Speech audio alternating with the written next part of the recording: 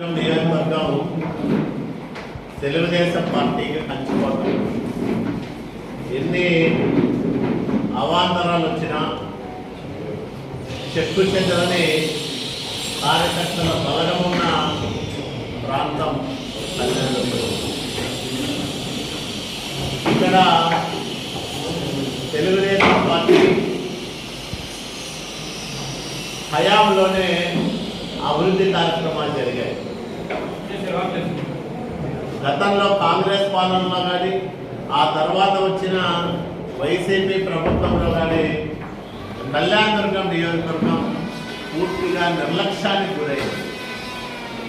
ముఖ్యంగా 2019-24 మధ్యకాలంలో స్వయంగా ఈ నియోజకవర్గం నుంచి మంత్రి ఉషశ్రీ ప్రాతినిధ్యం వహించిన ఇక్కడున్న వనరులను ఏ విధంగా కొల్లగొట్టాలని ప్రయత్నం చేశారు తప్ప ఈ ప్రాంత అభివృద్ధికి ఎలాంటి చర్యలు తీసుకోలేదు, ఎలాంటి శ్రద్ధ తీసుకోలేదు. ఆమెకు భయపడి 5 ఏళ్ళు ఇక్కడ ఎలాంటి కార్యక్రమాలు చేయలేకపోయినాడు.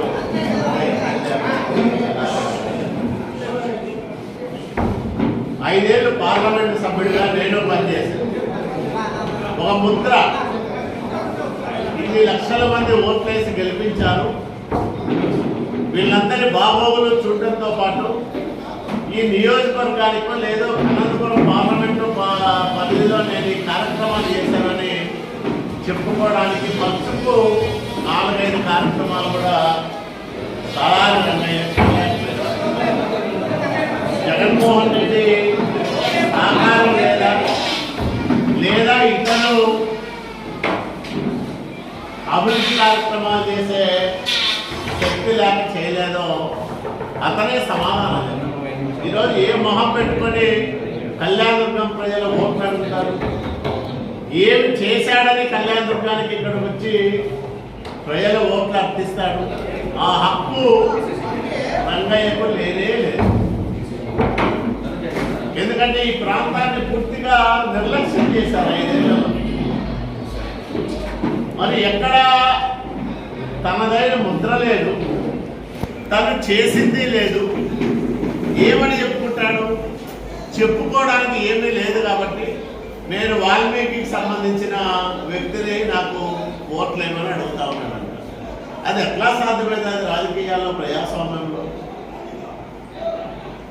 కులము అదనపు బలము తప్ప అన్ని కులాల వాళ్ళు, అన్ని సామాజిక వర్గాల వాళ్ళు, అన్ని మతాల వాళ్ళు వ్యక్తిని ఆదరిస్తేనే అతను ప్రజానాయకుడిగా ఎదగగలుగుతాడు. మంచి పరిపాలన అందిస్తేనే ప్రజలు అతన్ని ఆదరిస్తారు, అభిమానిస్తారు. అట్లా చేయలేనప్పుడు, చేయడం చేతగానప్పుడు మళ్ళా ప్రజల దగ్గరికి వచ్చే సాహసం ఎవరు చేయరు. కానీ ఇతను చేస్తూ ఉన్నాడు. పార్లమెంట్ సభ్యుడిగా ఫెయిల్ అయిన శాసనసభకు వచ్చి ఏం చేస్తాడు? ముఖ్యంగా వాల్మీకులను ఎస్టీల్లో చేర్చే అంశం పైన జగన్మోహన్ రెడ్డి పచ్చి మోసం చేశాడు. వాల్మీకుల భవిష్యత్తును కసకస కోసేశాడు. మేము శాస్త్రీయంగా సత్యపాల్ కమిషన్ ఏర్పాటు చేసి అధ్యయనం చేయించి రాష్ట్ర ఎస్సీ/ఎస్టీ కమిషను సిఫార్సులు తీసుకొని భారతదేశంలో అతి పురాతనమైన 32 గిరిజన తెగల్లో వాల్మీకి బోయ సామాజిక వర్గం కూడా ఒకటే అని 700 సంవత్సరాల చరిత్రను బయటకు తీసి వీళ్లకు గిరిజన లక్షణాలు ఉన్నాయి, వీళ్ళను గిరిజనులుగా గుర్తించాల్సిందే, ఇప్పటికే చాలా ఆలస్యమైందని నివేదికలలో స్పష్టం చేయించి చంద్రబాబు నాయుడు గారి దయతో, ఆయన శ్రద్ధతో గతంలో పాదయాత్రలో చంద్రబాబు నాయుడు గారు ఇచ్చిన హామీ ఫలితంగా రాష్ట్ర శాసనసభలో, కేబినెట్లో, శాసన మండలిలో తీర్మానాలు చేసి ఆంధ్రప్రదేశ్ రాష్ట్రంలో ఏ మూలనున్న వాల్మీకి బోయవాడు గిరిజనుడే అని స్పష్టంగా కేంద్ర ప్రభుత్వానికి సిఫార్సు చేయించిన ఘనత తెలుగుదేశం పార్టీది, ప్రభుత్వాలది. మరి మేము అట్లా చేస్తే వాళ్ళు 6 అభ్యంతరాలతో ఒక లేఖ రాసే కేంద్రం నుంచి ఆ అభ్యంతరాలకు సమాధానాలు చెప్పాల్సిన రాష్ట్ర ప్రభుత్వం, జగన్మోహన్ రెడ్డి ప్రభుత్వం వాల్మీకుల భవిష్యత్తును నాశనం చేసే విధంగా వాల్మీకి బోయల్లో ఒక ప్రాంతీయ విభేదాలు తీసుకొచ్చి కేవలం రాయలసీమలో ఉండే వాల్మీకులను మాత్రమే ఎస్టీ జాబితాలో చేర్చాలని సిఫార్సు ఒకవైపు చేస్తూనే మరోవైపు వీళ్ళు ఎస్టీలో చేర్చడానికి తగిన అర్హతలు లేవనే విధంగా నివేదికను తయారు చేయించి వాల్మీకుల గొంతు కోసిన అతి కిరాతకుడు, దుర్మార్గుడు జగన్మోహన్ రెడ్డి అయితే ఆ కిరాతకుని పక్షాన నిలబడి వాల్మీకులకు ద్రోహం చేసిన వ్యక్తి ఈ తలారి రంగయ్య. మరి వీళ్ళు ఏ మొహం పెట్టుకొని ఈరోజు వాల్మీకులను మళ్ళా ఓట్లు అడుగుతారు? వాల్మీకుల మద్దతు కావాలని ఎట్లా కోరుతారు?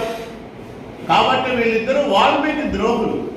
వాల్మీకి జాతి కోలుకోలేని విధంగా పచ్చి మోసం చేసిన మోసగాళ్ళు వీళ్ళందరూ, నయవంచకులు. కాబట్టి వాల్మీకులందరికీ కూడా నేను ఒకటే విజ్ఞప్తి చేస్తాను. ఒక్క వాల్మీకులే కాదు, ఈరోజు అన్ని సామాజిక వర్గాల వాళ్ళు జగన్మోహన్ రెడ్డికి బాధితులుగా మారారు. ఈ ప్రభుత్వంలో అనేక మందికి అనేక రకాలుగా అన్యాయాలు జరిగాయి. వీటన్నింటినీ దృష్టిలో పెట్టుకొని కళ్యాణ్ దుర్గం తెలుగుదేశం పార్టీ కంచుకోటలో రికార్డు మెజార్టీని తీసుకురావడంలో వాల్మీకులు ప్రధాన భూమిక పోషించాలని నేను వాళ్ళకు చేతులెత్తి నమస్కరిస్తూ వేడుకుంటా ఉన్నాను. Thank you.